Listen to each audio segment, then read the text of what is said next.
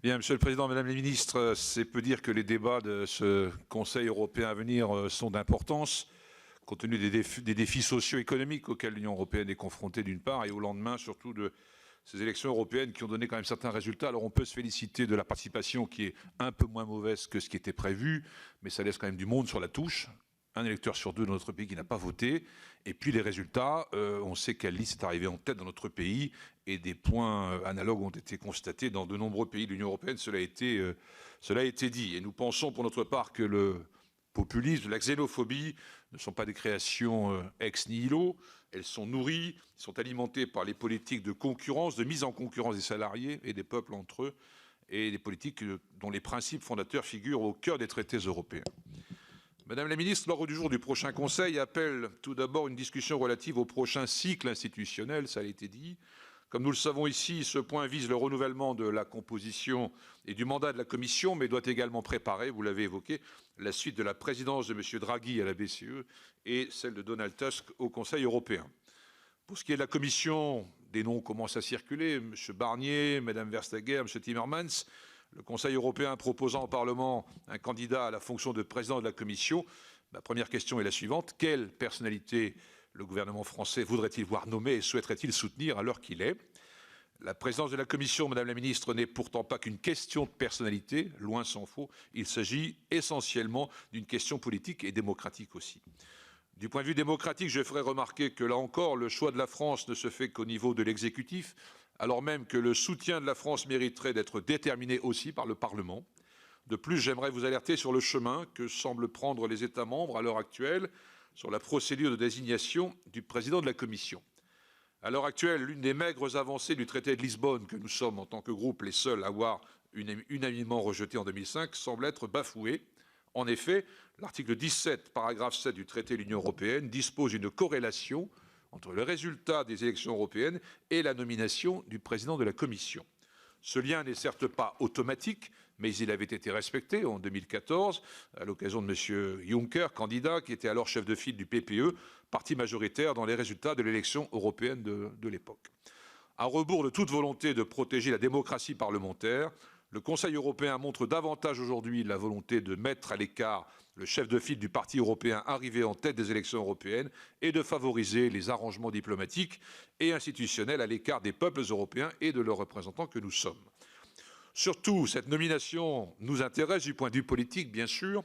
Et si M. Macron veut perturber la classique coalition entre les sociodémocrates et conservateurs européens, il semble que c'est pour mieux s'y intégrer et y rallier les Verts.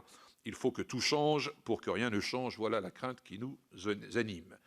Madame la Ministre, pourriez-vous nous dire quelle sera la position du gouvernement français sur le programme de travail, la feuille de route de la Commission à venir? Quel dossier stratégique vous entendez porter et privilégier? Vous y avez fait mention dans votre propos liminaire, mais pourriez-vous préciser ce point? Quid de la lutte contre la fraude fiscale qui atteint, vous le savez, des centaines de milliards au sein de l'Union européenne, même si la Commission, par la bouche de M. Moscovici, encore il y a quelques jours, déclare qu'au sein de l'Union européenne n'existe aucun paradis fiscal. Parler des débats plutôt que des profils, voilà aussi l'axe de notre groupe que nous voulons réaffirmer dans la perspective du renouvellement à l'automne de la présidence de la Banque centrale européenne. Nous avions de nombreux désaccords avec M. Draghi. Le processus qu'il a lancé dès 2015 d'assouplissement quantitatif, qui a entraîné la baisse des taux, certes, et qui a permis de desserrer les taux du crédit. Cependant, il a plutôt servi à alimenter les banques et la spéculation dans trop de cas que l'activité économique réelle. Il a conduit à augmenter considérablement le passif de la BCE. Aussi, deux questions se posent à ce stade. Êtes-vous prête à encourager une nouvelle politique monétaire pour la Banque centrale européenne qui permette le développement des services et des investissements publics sur le continent? Comment faire face aux velléités allemandes de procéder à un relèvement brutal des taux directeurs et à l'arrêt définitif de tout instrument hétérodoxe de rachat de titres? Moins médiatisé, le second point de l'ordre du jour de ce Conseil est pourtant peut-être encore plus important pour l'Europe et pour notre pays, la négociation du cadre financier pluriannuel qui va toucher directement les politiques publiques à l'échelle du continent pour plusieurs années. À titre liminaire, je voudrais souligner là encore que le processus d'établissement de ce cadre est marqué par un déficit démocratique important. Les parlementaires européens ne bénéficient en gros que d'un rôle très secondaire dans le cadre de ce CFP et qui dépasse même le terme d'un mandat de parlementaire européen. Les élus nationaux sont, eux, complètement laissés à l'écart, alors même que les sommes engagées, sous le vocable de ressources propres, sont pourtant de l'argent public issu des prélèvements sur recettes du budget de la France et des autres États. Surtout, Madame la Ministre, ce sont les orientations même de ce futur cadre financier qui nous inquiètent au plus haut point. Dans 2 documents, du 28 juin 2017 et du 14 février 2018, la Commission européenne a fixé ses priorités pour le prochain CFP. Elle entend s'inscrire dans la continuité en garantissant des montants globalement stables aux alentours de 1% du revenu national brut de l'Union, réduire drastiquement le volume du budget, notamment de la PAC et de la politique de cohésion, faciliter les coopérations renforcées et soutenir les nouvelles priorités, particulièrement pour la sécurité, la défense et la gestion des frontières extérieures. Ce sont des choix fondamentaux de politique publique qui se dessinent. Les scénarios relatifs à la politique de cohésion pourraient conduire à exclure la France du bénéfice des fonds alloués dans ce cadre, et je souhaiterais donc revenir sur la PAC. Et je me suis amusé à faire une petite projection sur ma petite commune dans le Nord, Marquilly, qui dispose encore de 12 agriculteurs en activité et qui, ensemble, perçoivent 188 000 € d'aide. Imaginons qu'une baisse de 30% de ce crédit les amènerait à en perdre 60 000. Évidemment, la position de la France doit consister à refuser toute baisse de ces crédits accordés à la PAC. J'aimerais vous entendre là-dessus. Cela ne veut pas dire encourager le statu quo, bien au contraire. Une réorientation de la PAC peut être mise à l'ordre du jour, privilégiant le développement écologique et privilégiant les petites exploitations en fixant une limite maximale en taille pour en bénéficier. Voilà ce qui pourrait donner une gestion plus pertinente des fonds alloués à la PAC. Enfin, pour terminer, je voudrais réagir aux propos que vous avez tenus à propos du Brexit. Et vous avez parlé des 40 milliards que le Royaume-Uni doit encore à l'Union européenne, et vous les avez mis sur un même plan qu'une dette qu'un État refuserait de rembourser et serait considéré comme un État faisant défaut.